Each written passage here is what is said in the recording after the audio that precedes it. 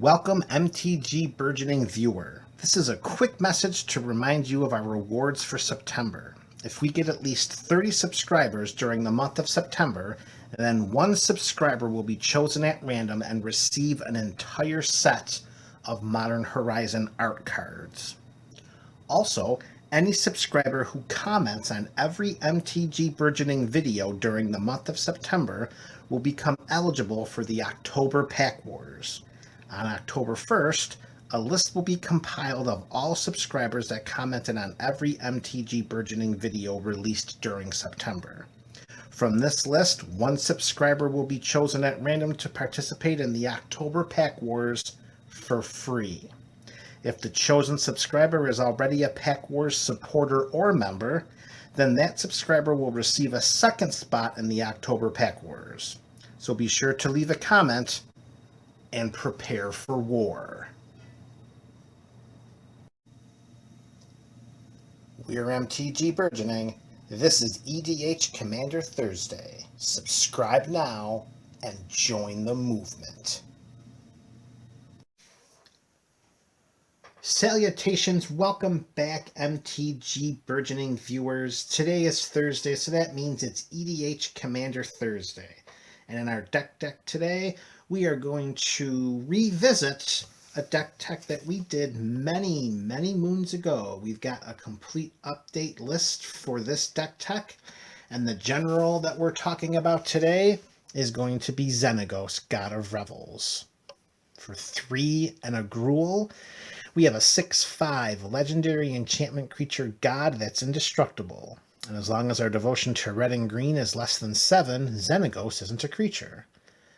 At the beginning of combat on our turn, another target creature we control gains haste and gets +X/+X until end of turn, where X is that creature's power. And this is going to be Xenagos, God of Revels EDH Commander deck tech.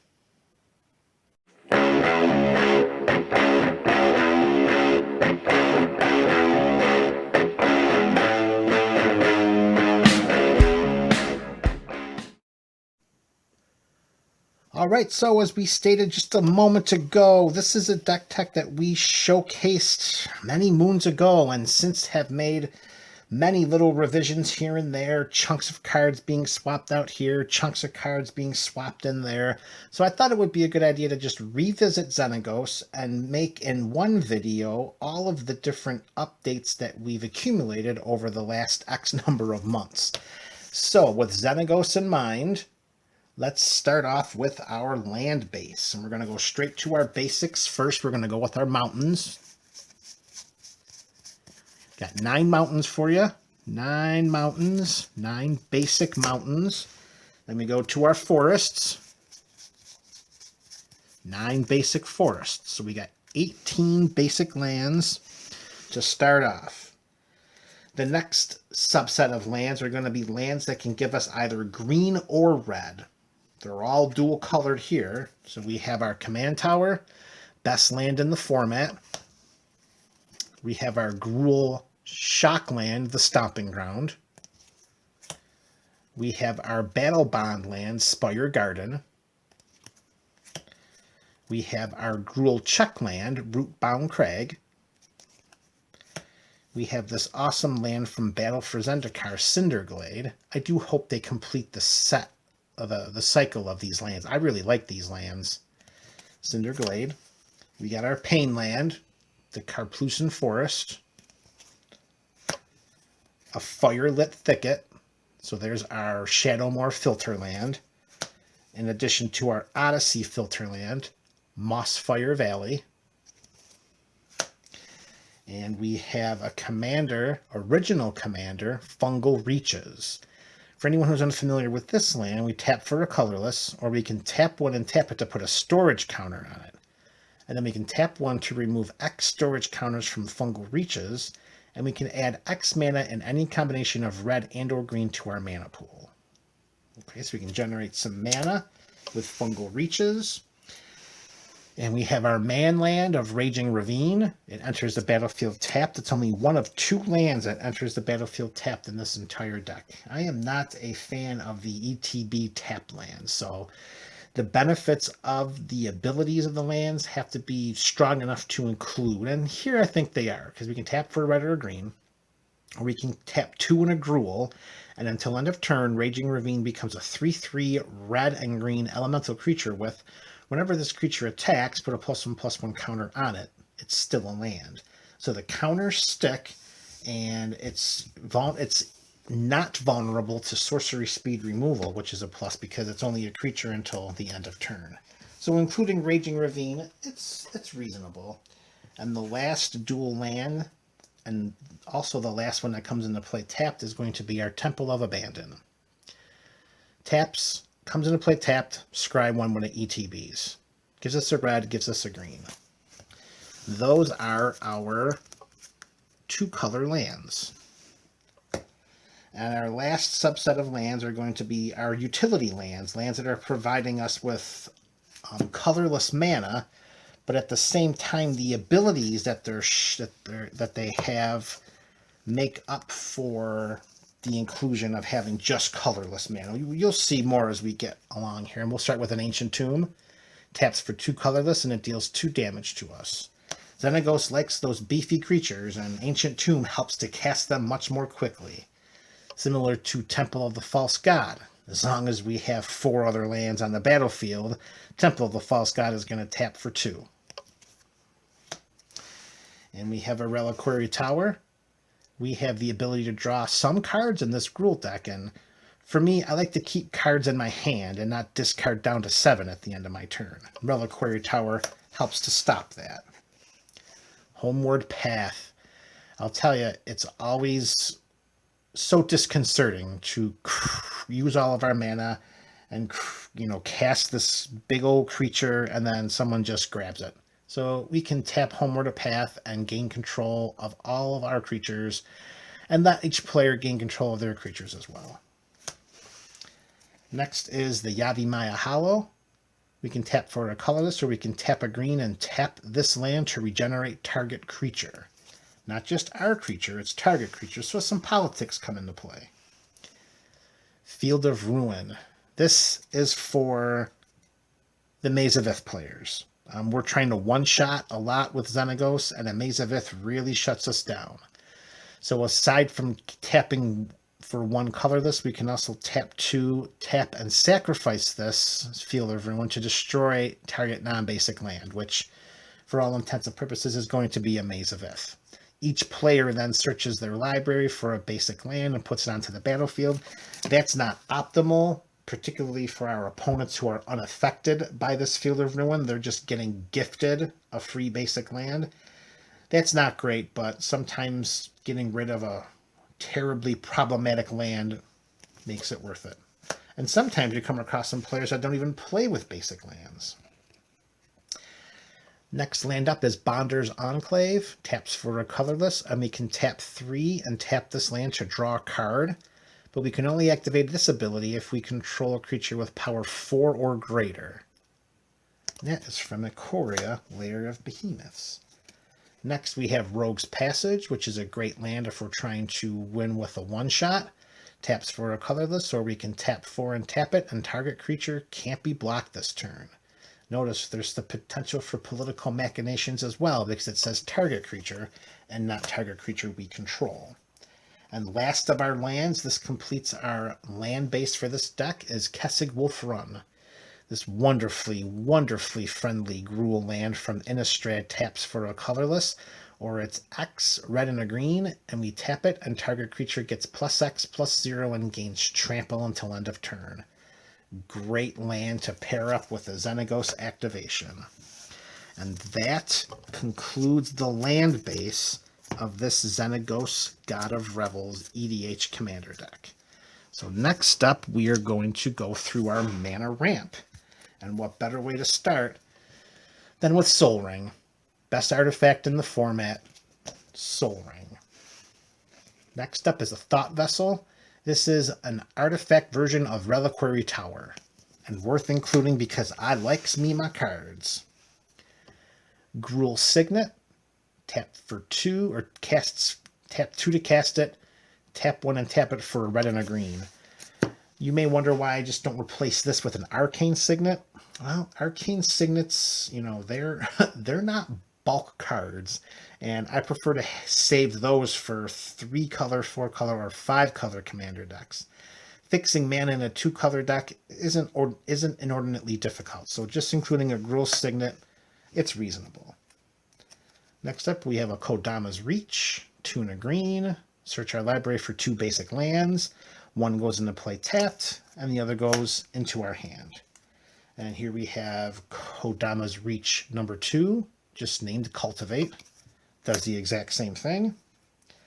Next up, we have a Sky Shroud Claim for 3 and a green. We search our library for 2 forest cards and put them onto the battlefield. Now notice the text said forest cards. It doesn't necessarily have to be a basic land, which is important because we have a couple of lands. The Cinderglade is a forest, in addition to our Stomping Ground, which is forest. So we could seek out those 2 lands to put onto the battlefield to really smooth out our mana. Next up, we have a Thran Dynamo. Mana cost of 4, tap to add 3. Gilded Lotus. Mana cost 5, tap to add 3 mana of any one color. And last for our mana ramp, this is mana ramp spell number 9, we have the Great Henge. This awesome mythic rare from Throne of Eldraine costs 7 and 2 green, but we are never paying 7 and 2 green for this spell because it costs X less to cast, where X is the greatest power among creatures we control. We should routinely be able to cast this for 2 green. And when we do, we can tap it for 2 green and add and gain 2 life. And whenever a non-token creature enters a battlefield under our control, it's getting a +1/+1 counter, and we draw a card. Great Henge is, well, great. Alright, so those are our ramp spells. Right after our ramp spells, now we're going to get into some of our card draw spells. And the first one we're going to talk about here is the Greater Good. 2 and a green, this enchantment says we sacrifice a creature and we draw cards equal to the creature's let's try this again. Greater Good. 2 and 2 green, this enchantment lets us sacrifice a creature, and we draw cards equal to the sacrificed creature's power, and then we discard 3 cards. We should almost always be on the positive end of sacrificing one of our creatures to the Greater Good. Next, we have Momentous Fall, 2 and 2 green. As an additional cost to cast Momentous Fall, we sacrifice a creature, and then we draw cards equal to the sacrificed creature's power and gain life equal to its toughness. Cards draw spell number 3, we have Return of the Wild Speaker. For 4 and a green, we get to pick one on this bimodal spell. We can draw cards equal to the greatest power among non-human creatures we control. And here's a little hint. We have no human creatures in this deck. Or non-human creatures we control get +3/+3 till end of turn. Honestly, I'm not sure I've ever chosen the second mode for this deck. It's always been let's draw some cards. Now, including our card draw spells, we have card advantage spells, and that falls into the realm of a tutor, Shared Summons. This was made for Commander. 3 and 2 green as an instant. We search our library for up to 2 creature cards with different names, reveal them, and put them into our hand. Perfect. Absolutely perfect. And our last card advantage spell is Reap the Past. X and a Gruul. This awesome rare from Modern Horizons says return X cards at random from our graveyard to our hand, and then we exile Reap the Past. With the amount of mana that we can conjure in this deck, returning our entire graveyard to our hand should not be a problem. Alright, so that's our ramp. So, let's talk about how we're going to get our big old creatures onto the battlefield for Xenagos to make even bigger. Yes, we can cast them. We can hard cast all the creatures that we have in our deck. Boring. Let's talk about some spells like Quicksilver Amulet. For 4, we put this into play, and we can tap 4 and tap it, and we can put a creature card from our hand onto the battlefield. Instant speed at any time. Quicksilver Amulet is always worn around the neck of Xenagos. I think he'd have it right there. He would keep it. It would be on right there. Yep, and he would polish that. Oh, he would love him a Quicksilver Amulet. Okay. Next up, we have Sneak attack, 3 in a red. We burn a red and we choose a creature card from our hand and put it into play.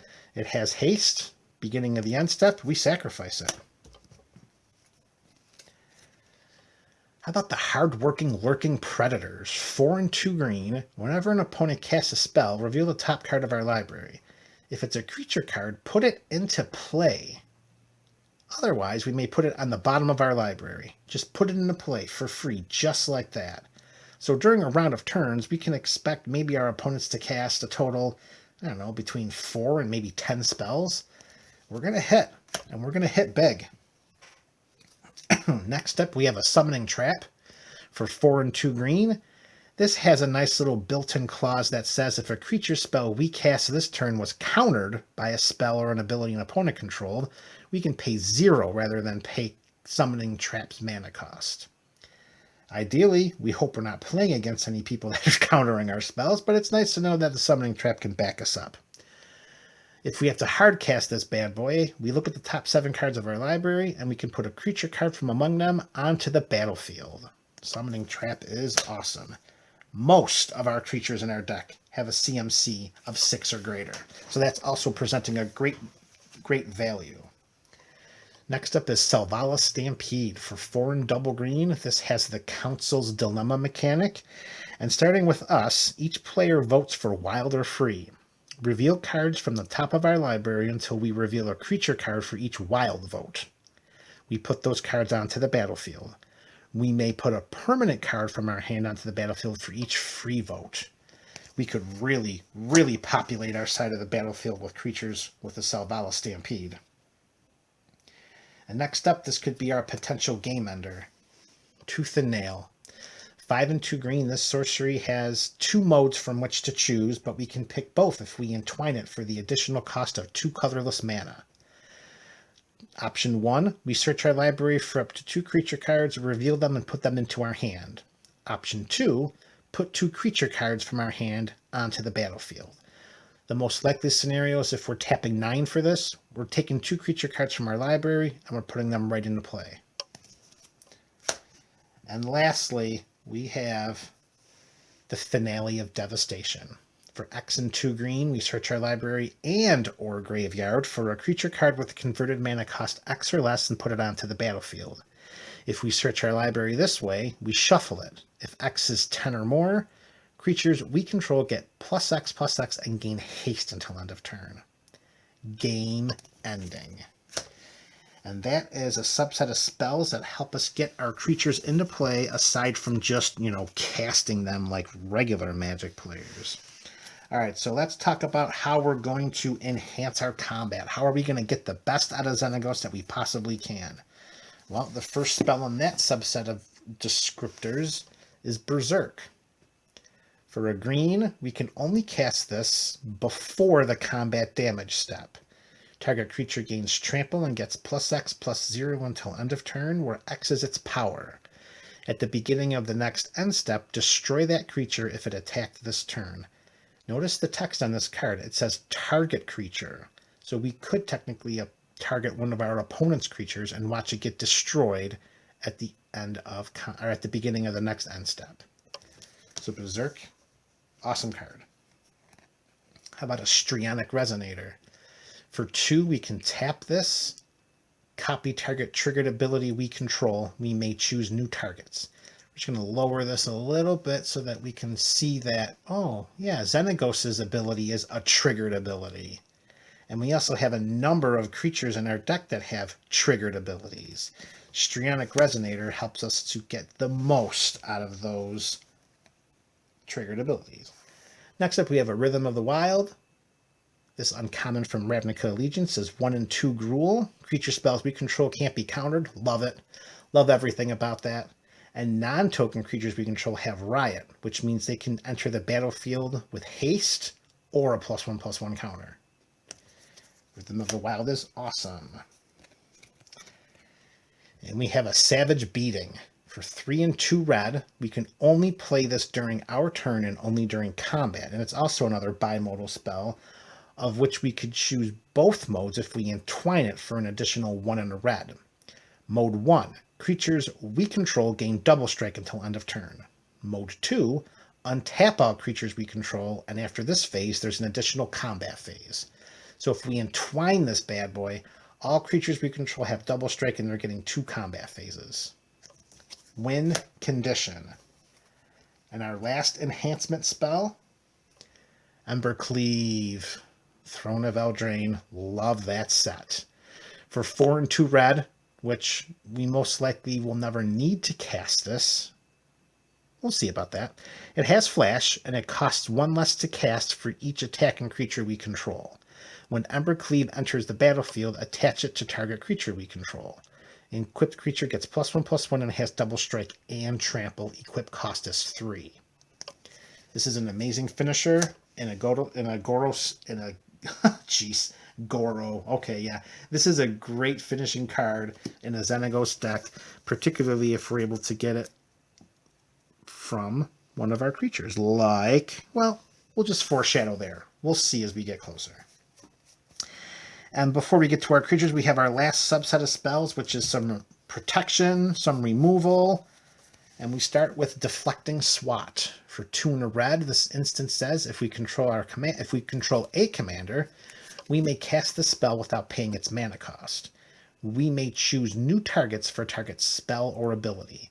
So we can protect our creature that's going into combat, that's trying to one-shot an opponent. Very, very versatile Deflecting Swat is. Next up, we have a Beast Within. Very eloquent, destroy target permanent. Its controller can have a 3/3 green beast token. We're fine with that. Any permanent, destroyed. And here's a card that's included for stopping all those combo players out there. Krosan Grip. It has the split second mechanic, which pretty much should read, this spell cannot be countered, because as long as this spell is on the stack, players can't cast spells or activate abilities that aren't mana abilities. And Krosan Grip lets us destroy target artifact or enchantment. And here we have the Decimate. For 2 and a gruel, destroy target artifact, target creature, target enchantment, and target land.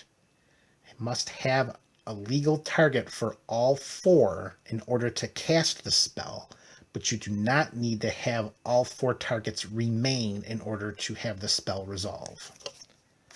Decimate. Next up is a bit of removal that could also act as a win condition. Chandra's Ignition. 3 and double red. Target creature we control deals damage equal to its power to each other creature and each opponent. So you can wipe the board. We can wipe our opponents with some of the creatures in our deck. You're going to see very soon what I mean about that. Star of Extinction. Another great spell to get rid of a pesky Maze of Ith. Destroy target land, and Star of Extinction deals 20 damage to each creature and each planeswalker. There's your super friends. And our last removal spell is a red staple, Blasphemous Act. For 8 and a red, we are never casting this for 8 and a red. Blasphemous Act costs 1 less to cast for each creature on the battlefield, and it deals 13 damage to each creature. And those are our spells.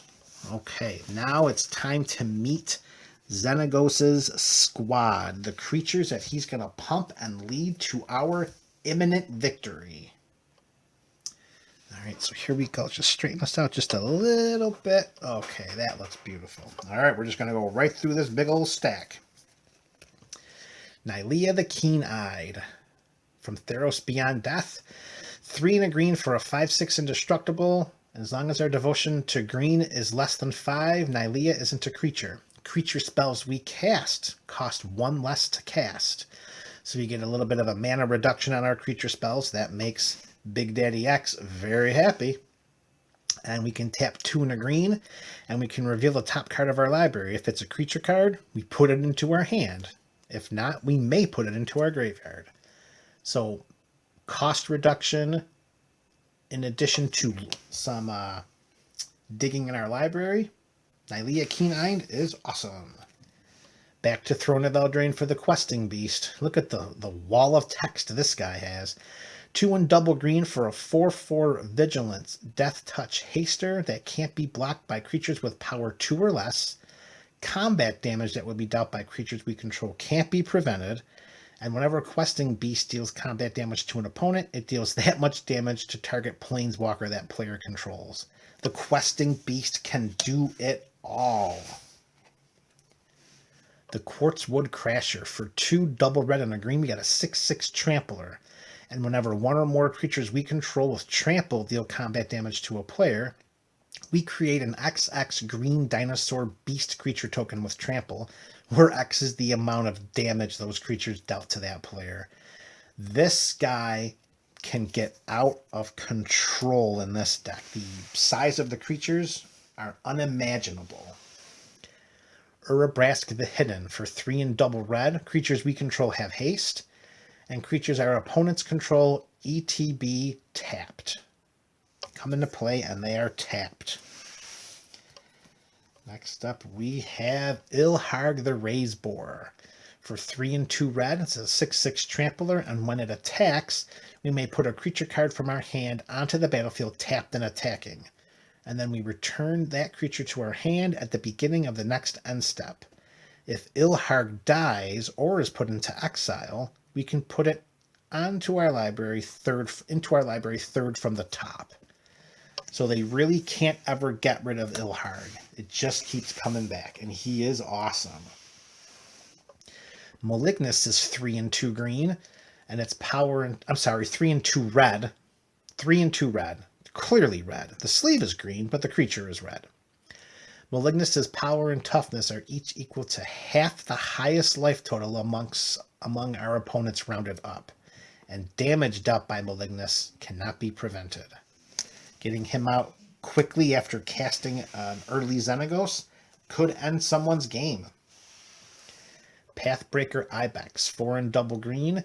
When it attacks, creatures we control gain trample and get +X/+X until end of turn, where X is the greatest power among creatures we control. This is a budget option for Craterhoof Behemoth. And for the purposes of our deck, a better fit. Hydra Omnivore. 4 and double green. It deals combat damage to an opponent. It deals that much damage to each other opponent. Curving into a Hydra Omnivore after casting Xenagos with an opponent that has no ability to block it. Oh, it's so sweet. It's just lovely. It really is. It's Holly, the Primal Storm from Rivals of Ixalan. 4 and double red. This 6/6 Elder Dinosaur says that whenever it attacks, we exile the top card of each player's library, and we may cast any of those non-land cards exiled this way without paying their mana costs. Free spells are good, right? Free creatures, free planeswalkers, free anything. They're good, right? I like them. Rapacious One. 5 and a red, 5/4 Trample. If it deals combat damage to a player, we create that many 0/1 colorless Eldrazi spawn creature tokens, and we can sack those babies for colorless mana. That can help us ramp out and get even more biggins onto the battlefield. Now, when we were talking a little while ago about some foreshadowing during the Embercleave description, this is what we meant. Godo, Bandit Warlord. 5 and a red. When it enters the battlefield, we may search our library for an equipment card and put it onto the battlefield. The only equipment in our deck is the Embercleave. And when Godo attacks for the first time each turn, untap it and all samurai we control. Side note, we have no other samurai. We don't even have any samurai. After this phase, there's an additional combat phase. So Godo may be paired with a huge creature from an entwined Tooth and Nail, can fetch out the Embercleave to put onto said really big creature with the Xenagos activation. That's lights out for one of our opponents. Carnage Tyrant. Oh, Ixalan. Love Ixalan. 4 and 2 green, 7/6. Can't be countered. Love can't be countered. Trample and hexproof. This is a great beatdown creature for Xenagos. There we go. Next up, Scourge of the Throne. 5/5 for 4 and 2 red. It has the dethrone mechanic and it flies. Dethrone is whenever this creature attacks the player with the most life or tied for the most life, we can put a +1/+1 counter on it. And if Scourge of the Throne attacks for the first time each turn, if it's attacking the player with the most life or tied for the most life, we untap all attacking creatures, and after this phase, we get an additional combat phase. Scourge of the Throne. Next up, staying with the 6 CMC, we've got Savage Ventmaw, 4/4 flyer that when it attacks, we get 3 red and 3 green added to our mana pool. And this mana doesn't empty from our mana pool as steps and phases end until the end of turn. So we have this mana available to us during our second main phase. Hellkite Tyrant, 4 and 2 red, 6/5 flying trample. If it deals combat damage to a player, gain control of all artifacts that player controls. At the beginning of your upkeep, if we control 20 or more artifacts, we win the game. Now, I've never pulled off the second ability of Hellkite Tyrant. I've never pulled off 20 artifacts and won the game. I've seen it happen multiple times. I've never done it. But let's be honest, getting a Soul Ring or a Mana Crypt for free, those are good things. Next up, we have a Hellkite Charger, 4 and double red, 5/5 flying haste. When Hellkite Charger attacks, we may pay 5 and double red, and if we do, we untap all attacking creatures, and after this phase, there's an additional combat phase. So if there's an additional combat phase, that means that there's an additional Xenagos activation as well. Moving away from the 6 CMC creature spells, we move into 7 and higher, and the first one is the Giant Edifedge. For 5 and double green, the 7/7 Trampler says whenever it deals combat damage to a player, we put a token onto the battlefield that's a copy of it. Imagine the Giant Edifedge and the Quartzwood Crasher. Oh, baby. Nice. Siege Behemoth, 5 and double green, it has hexproof, and if Siege Behemoth is attacking, for each creature we control, we may have that creature assign its combat damage as though it weren't blocked. If you're an old school Magic player like I am, you're going to remember a creature back in the day called Thorn Elemental. And it couldn't be stopped. It was 7/7, had the same ability. It didn't have hexproof, of course, but it can assign its combat damage as though it weren't blocked. And it was a pain. There was also a creature called Rox, Rhox, that could do the same thing. And you could regenerate him. Siege Behemoth, he's strong. Speaking of strong, boy oh boy, a Tarka World Render. 2 and a Gruul, 6/4 flying trample. Whenever a dragon we control attacks, it gains double strike until end of turn. And I know that we haven't seen a ton of dragons in this deck, but more are coming. I can promise you that. It'll make Atarka's inclusion in the deck justified. Speaking of that, here's Drakuseth, Maw Flames. 4 and triple red. You get a 7/7 flyer, and then when it attacks, it deals 4 damage to any target and 3 damage to each of up to 2 other targets.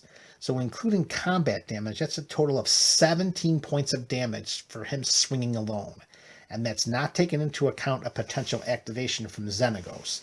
That's Drakuseth. He's all dragon. Holy mackerel, he's amazing. More dragons. Utvara Hellkite, 6 and double red, this mythic rare from Return to Ravnica's a 6/6 flyer, and whenever a dragon we control attacks, not the Utvara Hellkite specifically, any dragon attacks, we put a 6/6 red dragon creature with token with flying onto the battlefield. Next up, we have 7 and a green for the Stonehoof Chieftain, 8/8 trample indestructible. Whenever another creature we control attacks, it gains trample and indestructible until end of turn. Can you imagine having Xenagos and the Stonehoof Chieftain in play and sending any one of the aforementioned or soon-to-be mentioned creatures into combat that's trample, haste, indestructible, and +X, where X is its power? Lights out, folks. 6 and 2 green, Archetype of Endurance.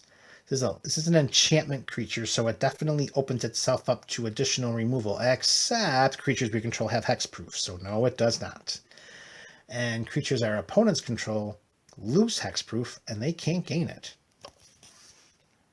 It's a great way to protect our one-shots. And we're almost done. We're down to our last five creatures. Next up on the list is Terastodon. This evasionless elephant's a 9/9 for 6 and double green. But when it enters the battlefield, we destroy 3 target non-creature permanents. each permanent that's destroyed this way, its controller puts a 3/3 green elephant creature token onto the battlefield. So this is a lot more removal, planeswalkers, artifacts, enchantments, potentially a Maze of Ith. Speaking of destroying non-creature permanents, we have the Woodfall Primus. 5 and triple green, 6/6 trample, this beauty from Shadowmoor when it enters the battlefield. Destroy target non-creature permanent. If that weren't good enough, it also has the persist mechanic.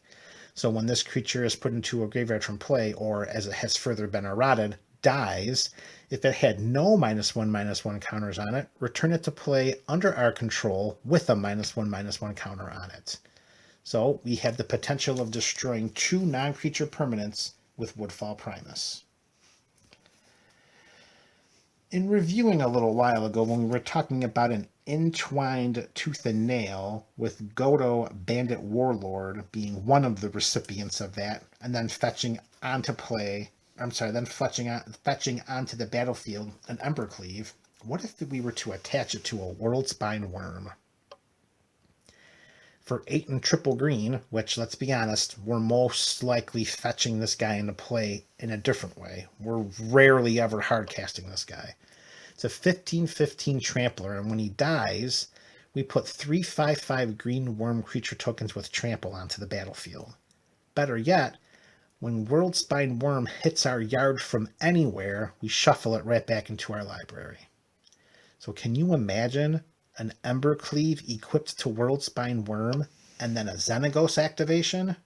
I've done it. It's wonderful. It is a wonderful thing.